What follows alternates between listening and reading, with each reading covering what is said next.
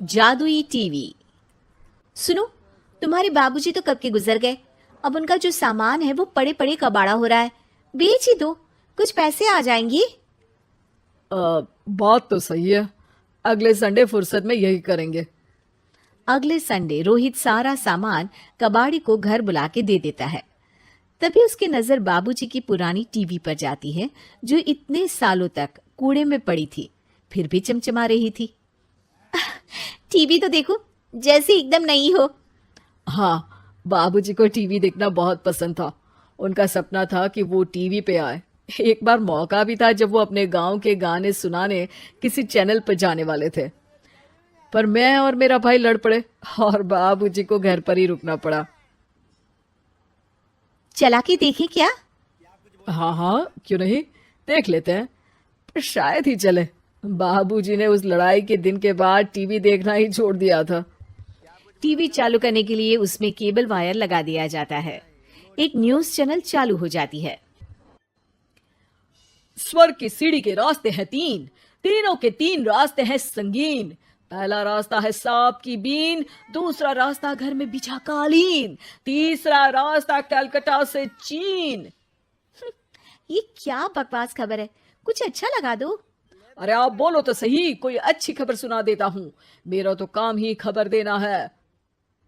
अरे बाप रे, टीवी बात कर रही है। हाँ, ये न्यूज वाला मुझसे। हाँ हाँ, आपसे ही तो बात करूंगा ना, आपके घर में हूं तो। अरे ये सपना है क्या? तुम हमसे बात नहीं कर सकते?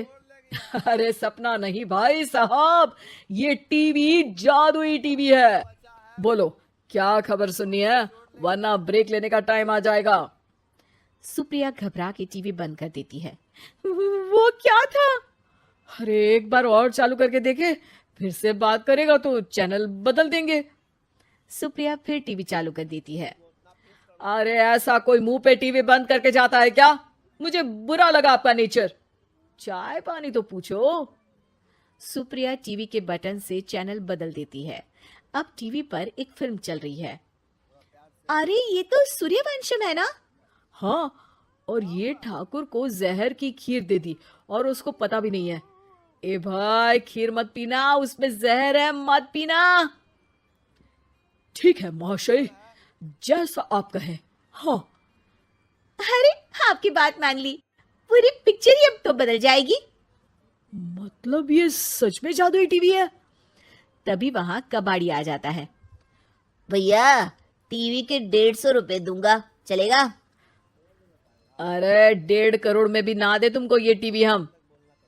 अरे 1.5 करोड़ खरीदने को होते तो तुम्हारे घर में ये पानी चाय नहीं पीता, अंबानी या टाटा के घर बैठा कोल्ड कॉफी पीता। रोहित कबाड़ी का हिसाब करके उसे वहां से चलता करता है और अपने भाई शशिकांत को फोन लगा के बुलाता है। शशि थोड़ी ही देर में वहां पहुंच जाता है। क्या हो गया भैया? अरे बाबूजी का टीवी याद है? हाँ हाँ, जिसमें घुसे रहते थे हमेशा वो, और अपने को कुछ नहीं देखने देते थे। अरे वो अब जादुई टीवी बन गया है।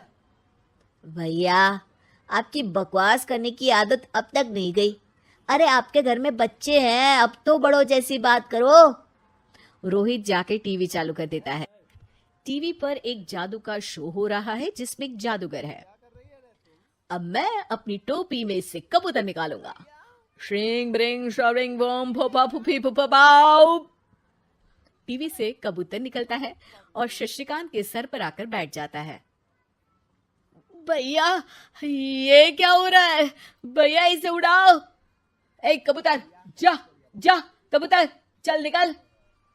अब मैं टोपी में से सांप सुनते ही शशिकांत कांप जाता है और भाग के टीवी बंद कर देता है।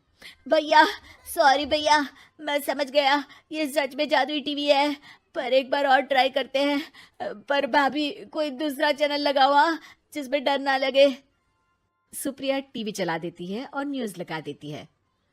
अरे कितने दिनों बाद मुझे याद आया, बताइए क्या खबर सुनाओ। और ये नया आदमी कौन है? ये मेरा भाई है शशिकांत।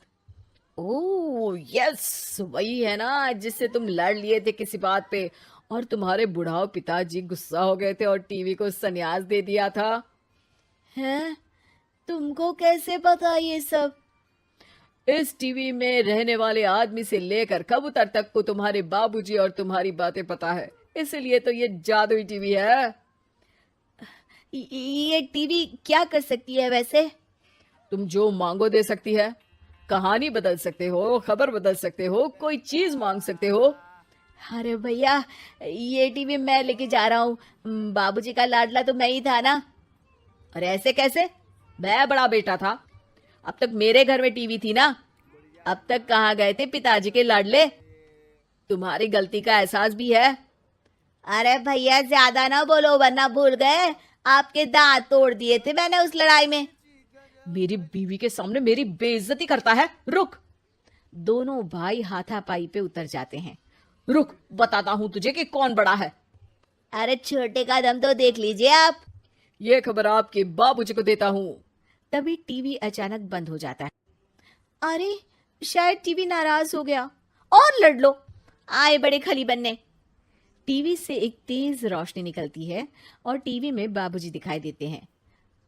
बापूजी, आप इतना चकरा क्यों रहा है? अपने बाप को नहीं पहचानता क्या? ये तो ऐसा ही है बाबूजी। प्रणाम बाबूजी। अरे चुप कर, तुम दोनों ही उल्टे हो।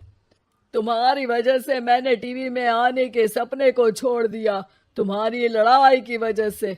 और तो और, जितना मैं अपनी बीवी को नहीं देखता था उतना टीवी को देखता था, वो भी छोड़ दिया तुम दोनों की लड़ाई की वजह से। और अब मरने के बाद जब मैंने टीवी को जादुई टीवी बना दिया तो भी तुम इसका फल लेने की जगह लड़ रहे हो। अरे तुम तो लायक ही नहीं हो। अब तुमको बाबा जी का ठुल्लू भी नहीं मिलेगा। बाबूजी चले जाते हैं। टीवी बंद हो जाता है। रोहित और शशिकांत गिड़गिड़ा के टीवी के सामने हाथ जोड़ के बाबूजी को बुलाते हैं, पर टीवी सिर्फ धुआं निकालता रहता है।